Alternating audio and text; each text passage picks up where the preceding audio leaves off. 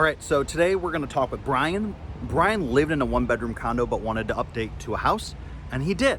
And he got a renovated property, and he's got some really good insights about buying a renovated property that I think you guys should hear about. Oh, and he used a VA loan too, which is awesome.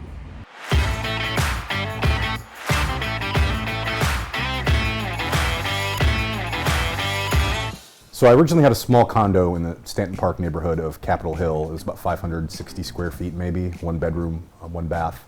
And I liked it, and I love the neighborhood, still do, and I miss it. But ultimately I came to the conclusion I just needed more space. I'd gathered more stuff, I had a dog. Instead of, walking halfway around the neighborhood after a really long day at work, I thought, what if I just had a yard and she could run around in there all day? And plus I just kind of wanted a change, and I wanted the responsibility of having a full-fledged DC row house, which is a pretty cool DC tradition. Having a nice porch, a nice backyard where you can throw some barbecues and invite some friends over. I couldn't have more than 4 people in my condo before, and people would come over just to humor me, but it was just too small to really do anything with.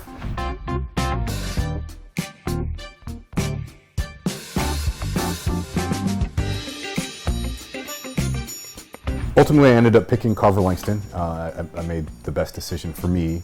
I first became familiar with it when an ex-girlfriend of mine bought a house there, and I started spending more time there. It was a neighborhood I really wasn't familiar with at the time, but what I really liked is that it had that nice, friendly neighborhood, nothing in this neighborhood ever happens sort of feel to it, other than a cat gets stuck in a tree. Nice people, friendly neighbors, but it was within walking distance to the fun stuff in Ivy City and all the fun stuff in the Atlas District. I could still take my dog on a relatively short walk down to Lincoln Park, and then also it was still pretty affordable because it was still in the process of developing. So I was able to kind of get into the a later period of being able to find something that met my price and size range. One of the interesting time frames for me during the home buying process was from the time we got the house under contract to the time we actually closed on it. It was pretty eventful. It's going to be different for everybody depending on where and when you buy and who you're buying from. In my case, there were some issues in the house. After we did the inspection, the inspector was great. There were a couple things that he missed, but nobody's perfect. I thought he did a pretty good job. He came highly recommended. So, and this will probably happen with anybody who buys a house. You're going to find little odds and ends that just are kind of off.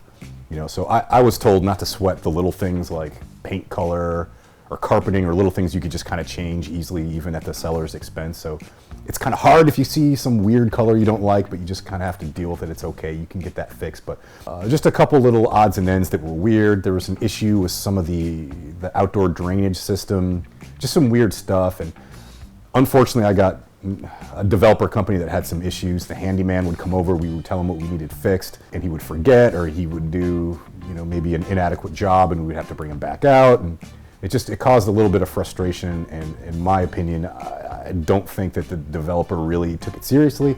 And that was my first indication that there might be some issues, might be more serious with this home other than some cosmetic issues, because I didn't really feel like they were invested, at least not as much as I wanted them to be.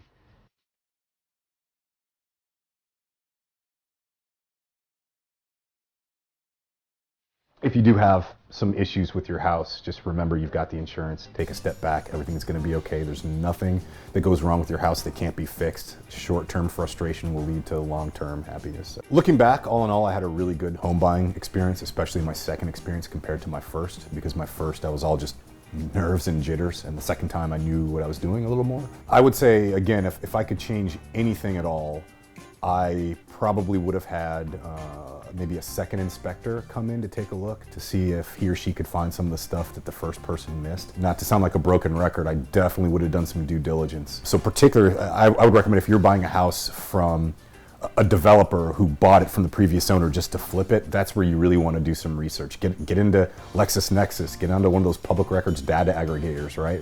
Or just get onto Google. Really do some research and find out. There are a lot of hucksters out there who are just investing as little money as possible in a property to make it look nice and shiny, just to take your money that they can then invest in the next property, and they don't care if it falls apart. So I found out that people pretty much run businesses like that.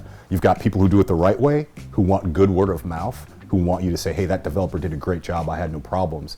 And then they can develop that sort of equity in their company with a good word of mouth. And you have other people who just play shell games, who just move from one property to the next to make as much money as possible in the short run until they, get pushed out of the business or get in trouble. So do your research. It's really the best advice I can give.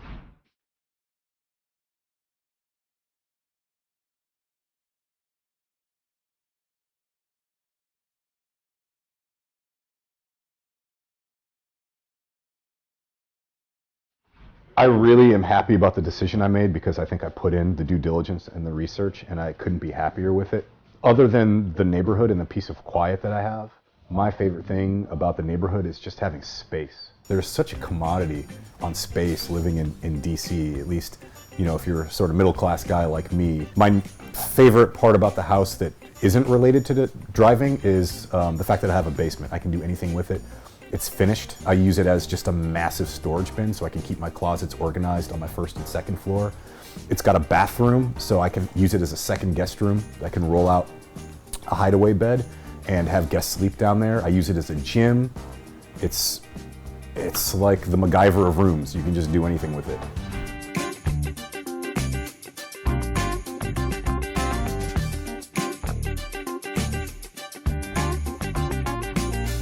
The last thing I would share with any prospective home buyer out there is don't make a decision until you're ready to make a decision, right?